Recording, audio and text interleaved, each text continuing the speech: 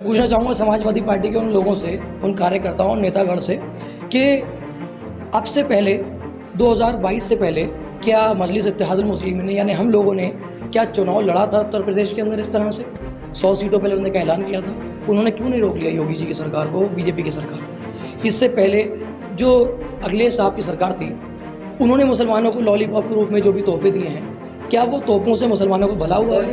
Laptop दिया है उन्होंने, तो लैपटॉप दिया है या उन्होंने ऑटो दिया है, उन्होंने शिक्षा दी है, नहीं दी है, उन्होंने हॉस्पिटल्स दिए हैं, नहीं दिए हैं। इन चीज़ों से, जिन चीज़ों से सामाजिक तौर पे मुसलमानों को, हिंदुओं को, सारे तमाम भाइयों को फ़ायदा होना चाहिए, हमारे प्रदेश के और हमारे मुल्क के लोगों को फ़ायदा होना चाहिए, ऐसा कोई भी काम उन्होंने नहीं किया। आ रहा है कि सबका साथ सबका विकास वाला ही कहीं भी पूरा होता हुआ दिखाई नहीं उन्होंने देता। और बढ़ा दिया, सबका साथ सबका विकास सबका विश्वास कर रहे हैं। हाँ, वो सब उनका टॉयलेट तक सीमित है, वो सब टॉयलेट तक सीमित है। सबका विकास उनका टॉयलेट में हो रहा है। आप देखें जगह जगह वो टॉयलेट तो बनवा रहे हैं लेकिन हॉस्पिटल नहीं बनवा रहे हैं। कोरोना काल के अंदर आप देखें, कोरोना काल में कितनी हॉस्पिटल की परेशानी हुई है, ऑक्सीजन की परेशानी हुई है, लाखों लोग मर गए हैं, शमशान घाट का इंतजाम नहीं था, लोगों ने नदियों में लाशें बहाई हैं, गंगा किनारे सभी ने देखा, सारे न्यूज़ मीडिया वालों ने देखा, पेपर मीडिया, प्रिंट मीडिया, बल्कि विदेश मीडिया तक में आया। योगी जी को बदनाम किया गया है। नहीं, ऐसा तो गलत है। आप देखें, आपकी मीडिया को लोग देखें, ये जिम्मेदारी तो आपकी मीडिया के लोगों के लिए दिखाने की कि गंगा किनारे 2-2 फीट की गहराई के अंदर लाशों को दबाया गया, ज़रा सी हवा चली है, पानी मारा तो वो लाशें खुल गई। तो ये तो गलत है ना। लाशों को बहाया गया नदियों के अंदर, मच्छियों ने उसे नोच करके खाया, फिर एक मैसेज वायरल होता है कि मच्छियों को ना खाएं कुछ दिन तक क्योंकि इसके अंदर बीमारी फैल सकती है कोरोना की। तो ये सारी चीज़ें हैं, आप मीडिया वाले लोग हैं, इसे आप AIMIM चीफ असदुद्दीन ओवैसी उत्तर प्रदेश चुनाव लड़ने आए हैं। जैसे ही ओवैसी ने यूपी में एंट्री मारी और वैसे ही बीजेपी की बी टीम का नारा लगना शुरू हो गया। हमारे साथ बीजेपी की बी टीम के कुछ कार्यकर्ता हैं। बी टीम इसलिए कहूँगा क्योंकि लगातार जो है विरोधी पार्टी बिना कुछ सबूत के ओवैसी की पार्टी पर बी टीम का आरोप लगाती है। उसके बारे में ये कार्यकर्ता क्या सोचते हैं और 2022 चुनाव को लेकर इनकी क्या तैयारियां हैं और क्या जो है ये काम कर रहे हैं। क्या नाम हुआ आपका? मोहम्मद मोहसिन कुरैशी। आपको बी टीम का आरोप लगता है कि बी टीम के कार्यकर्ता हैं, बी टीम है ओवैसी की पार्टी? तो सबसे पहले मैं ये कहना चाहूँगा कि जो लोग इस तरह के आरोप लगाते हैं वो इन आरोपों को किसी तरह से साबित कर पाएंगे, क्योंकि देखिए 2 चीज़ें होती हैं, एक होता है मुजरिम होना और एक होता है मुल्जिम होना। जब तक आप किसी पे इल्ज़ाम लगाते हो और उसे साबित नहीं कर पाते हो तब तक सामने वाला मुल्जिम तो होता है लेकिन मुजरिम नहीं होता। ठीक इसी तरह से अगर कोई हमें बीजेपी की बी टीम कहता है तो वो इस चीज़ को प्रूफ जो भी है वो साबित करें। वो बस इतना प्रूफ करते हैं कि जहां आप जाते हैं वहाँ बीजेपी को फ़ायदा हो जाता है। ऐसा कहीं भी प्रावधान नहीं है। अगर आप अहमदाबाद के अंदर, गुजरात के अंदर देखेंगे तो हमने निकाय चुनाव के अंदर बहुत अच्छा प्रदर्शन किया है और हमारी सीटें आई हैं, हमारे ही बिना पर वहाँ पे निकाय चुनाव के इलेक्शन जीत करके बाकी निर्दलीय लोग भी हमारे साथ आए हैं। वहाँ पे हम अपोजिशन के साथ अपोजिशन होकर के पावर में हैं निकाय चुनाव के अंदर। और इसी तरह से हमने बिहार के अंदर प्रदर्शन किया है, 5 सीटें वहाँ पे हमारी आई हैं। और औरंगाबाद के अंदर भी अगर आप देखेंगे तो हमने किसी तरह से बीजेपी को फ़ायदा ना पहुँचा करके बल्कि अपने मजलिस इत्तेहादुल मुस्लिमीन को, अपनी जमात को मजबूत किया है और कहीं भी बीजेपी को फ़ायदा नहीं पहुँचता, ऐसा गलत है। बल्कि बीजेपी हमारे गढ़ यानी कि हैदराबाद के अंदर आकर के और उसे खूब हाईलाइट करती है, उस इलेक्शन को, निकाय चुनाव को, इलेक्शन को ऐसा प्रतीत करती है जैसे कि सांसद का चुनाव हो रहा हो, जैसे विधानसभा का चुनाव हो रहा है। बस आप जो है दूसरी स्टेट में लड़ने जाते, बीजेपी आपकी तरफ पहुंच गई। नहीं, ठीक है, आए, कोई दिक्कत नहीं है, लेकिन निकाय चुनाव को विधानसभा या सांसदी का चुनाव बनाने की लीला ज़रूरत नहीं है। और आप देखें कि वहाँ पे प्रधानमंत्री से लेकर गृह मंत्री, तमाम मंत्रीगण इन करके वहाँ पहुँचते हैं और चुनाव लड़ाते हैं। कि आप पूरे हिंदुस्तान के अंदर कोई दूसरा शहर या दूसरा ज़िला मुझे दिखा सकते हैं जहाँ पर निकाय चुनाव के अंदर गृह मंत्री और प्रधानमंत्री प्रवेश किए और वहाँ पर कैंपेनिंग किए? ऐसा कहीं भी नहीं हुआ। ऐसा क्यों? हाईलाइट करने के लिए। ओवैसी के आने के बाद जो है समाजवादी पार्टी आरोप लगा रही है कि हम बीजेपी को रोक रहे थे, अब ये आके जो है रोकने में हमें जो है बाधा डाल रहे हैं। मैं पूछना चाहूँगा समाजवादी पार्टी के उन लोगों से, उन कार्यकर्ताओं और नेतागण से कि अब से पहले 2022 से पहले क्या मजलिस इत्तेहादुल मुस्लिमीन ने यानी हम लोगों ने क्या चुनाव लड़ा था उत्तर प्रदेश के अंदर इस तरह से 100 सीटों पर लड़ने का ऐलान किया था। उन्होंने क्यों नहीं रोक लिया योगी जी की सरकार को, बीजेपी की सरकार को। इससे पहले जो अखिलेश साहब की सरकार थी उन्होंने मुसलमानों को लॉलीपॉप के रूप में जो भी तोहफे दिए हैं, क्या वो तोहफों से मुसलमानों को भला हुआ है? लॉलीपॉप के लैपटॉप दिया है उन्होंने, तो लैपटॉप दिया है या उन्होंने ऑटो दिया है, उन्होंने शिक्षा दी है, नहीं दिए, उन्होंने हॉस्पिटल्स दिए हैं, नहीं दिए हैं।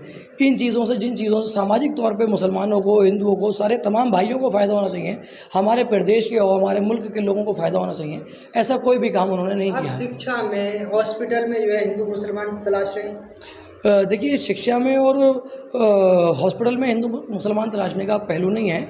ये सर्व शिक्षा अभियान जो मोदी जी की तरफ चलाया गया है, उस बिंदु पे भी अगर देखें आप, तो उन्होंने विद्या मंदिरों को ज़्यादा कोष्ठ दिया है और ज़्यादा उन्हें बढ़ावा दिया है। और मदरसों को उन्होंने बोला कि एक हाथ में कुरान, एक हाथ में कंप्यूटर देखना चाहते हैं, ऐसा कुछ भी उन्होंने नहीं किया।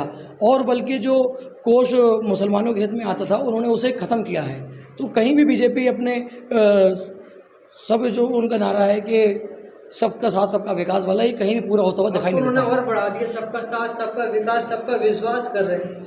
हाँ, वो सब उनका टॉयलेट तक सीमित है, वो सब टॉयलेट तक सीमित है। सबका विकास उनका टॉयलेट में हो रहा है। आप देखें, जगह जगह वो टॉयलेट तो बनवा रहे हैं, लेकिन हॉस्पिटल नहीं बनवा रहे हैं। कोरोना काल के अंदर आप देखें, कोरोना काल में कितनी हॉस्पिटल की परेशानी हुई है, ऑक्सीजन की परेशानी हुई है, लाखों लोग मर गए हैं, शमशान घाट का इंतज़ाम नहीं था, लोगों ने नदियों में लाशें बहाई हैं, गंगा किनारे, सभी ने देखा, सारे न्यूज़ मीडिया वालों ने देखा, पेपर मीडिया, प्रिंट मीडिया, बल्कि विदेश मीडिया तक में आया। पर योगी जी को बदनाम किया गया है।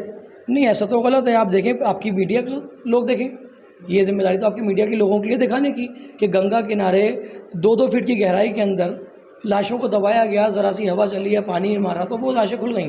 तो ये तो गलत है ना। लाशों को बहाया गया नदियों के अंदर, मच्छियों ने उसे नोच करके खाया, फिर एक मैसेज वायरल होता है कि मच्छियों को ना खाएं कुछ दिन तक, क्योंकि इसके अंदर बीमारी फैल सकती है कोरोना की। तो ये सारी चीज़ें हैं, आप मीडिया वाले लोग हैं, इसे आप अच्छे से उठा सकते हैं। अच्छा, कल जो है स्पीच दी है, आजम खान के लिए दुआ की बात कही है, तो ये राजनीतिक स्टंट है यूपी के मुसलमानों को अपनी तरफ खींचने के लिए? देखिए, आजम खान साहब हमारे भाई हैं, मुसलमान भाई हैं, और इस देश में जो भी रहता है हमारा हम वतन भाई है। और हम उसके लिए दुआ को इसलिए भी होते हैं कि अगर हमारे पड़ोस में कोई हमारा अनजाना भाई भी इंतकाल करता है, मुसलमानों के अंदर एक क्वालिटी ये है कि हमारे पड़ोस में, हमारे दूर दराज में, आप सपोज दैट कि आप एक अननोन पर्सन है, आपके बोलो कि मेरे फलाने का इंतकाल हो गया, तो हम लोग बोलते हैं इन्ना लिल्लाहि व इन्ना इलैहि राजिऊन, दुआ करते हैं उसके लिए। आज़म खान साहब के लिए दुआ करने का मतलब ये है कि अपने एक मुसलमान भाई के लिए दुआ कर रहे हैं। और रहा सवाल राजनीतिक स्टंट का, तो इसमें कोई राजनीति नहीं है, ये एक इस्लामिक बात है और इसे इस्लामी की तरह लेना चाहिए। अच्छा, जिस तरीके से आज़म खान पर कार्रवाई चल रही है, उस पर आप क्या कहेंगे? देखिए, जहाँ तक मेरी जानकारी है, बताया जा रहा है कि आज़म खान साहब को सुप्रीम कोर्ट से बेल मिलने वाली है या मिल जाएगी। इस तरह की जो भी चीज़ें चल रही हैं, मैं उन चीज़ों में ज़्यादा नहीं जाना चाहूँगा कि वो देखिए, आज़म खान साहब का मामला है, उनकी पार्टी का मामला है, उनके निजी मामला है, मैं उस पर ज़्यादा बात नहीं करना चाहूँगा। कहा जा रहा है कि अखिलेश यादव जो AIMIM के लोग कह रहे हैं अखिलेश यादव आवाज़ नहीं उठा रहे, वही समाजवादी पार्टी करिए लगातार हम उनके लिए आवाज़ उठा रहे हैं, हॉस्पिटल जा रहे हैं, लगातार वकीलों से बात हो रही है। देखिए, सोशल मीडिया का दौर है वैसा, और सोशल मीडिया में कुछ भी अछूता या छुपा नहीं रह जाता, हर चीज़ ओपनली सामने आ जाती है। अगर अखिलेश जी 10 बार वहाँ पे गए होते तो आपको देख करके सामने आ जाता। सोशल मीडिया पे किसी ना किसी ट्विटर हैंडल पे कितनी मरतबा वहाँ पे विज़िट किए हैं, कितनी मरतबा हालचाल लिए हैं, आपको दिखा है। असदुद्दीन ओवैसी साहब ने जिस दिन आज़म खान साहब से मुलाकात करने की कोशिश की जेल के अंदर, आप देखेंगे कि उसके नेक्स्ट डे या 1-2 दिन बाद अखिलेश एंड पार्टी और तमाम नेतागण वहाँ उनके घर पहुँचने लगे। तो ये कहीं ना कहीं हमारे नेता का खौफ तो इन लोगों के दिलों में रहता ही है। और दूसरी बात कि आज़म खान साहब की सेहत बहुत ख़राब है, ये सोशल मीडिया के माध्यम से हमारे पास खबरें आती रहती हैं, और हम भी दुआ करते हैं उनके लिए अपने सदर साहब की बात पे कि भाई अल्लाह उन्हें शिफायाब करे, और तमाम मुसलमानों के लिए ही दुआ उनके लिए है। अबू आसिम आज़मी को लाया जा रहा है आज़म खान की जगह। देखिए, अबू आज़म साहब भी एक बड़े नेता हैं, समाजवादी के पुराने वरिष्ठ नेता हैं महाराष्ट्र के अंदर, और महाराष्ट्र के अंदर लोग उन्हें जानते भी हैं, लेकिन कोई अपना कमाल नहीं कर पाए। अब चूँकि आज़म खान साहब रिटायर की तरफ आ गए हैं, बेचारे बीमार हो गए हैं, मुझे नहीं पता कि जब वो इंशाल्लाह ठीक होकर के घर आएँ तो वो कितना नेतागिरी कर पाएँ। तो हो सकता है कि आज़म खान साहब को रिप्लेस कर दिया जाए आज़म खान साहब से, ये पॉसिबल है, ये उनकी अपनी राजनीति हो सकती है, हमारे इससे कोई मतलब नहीं है।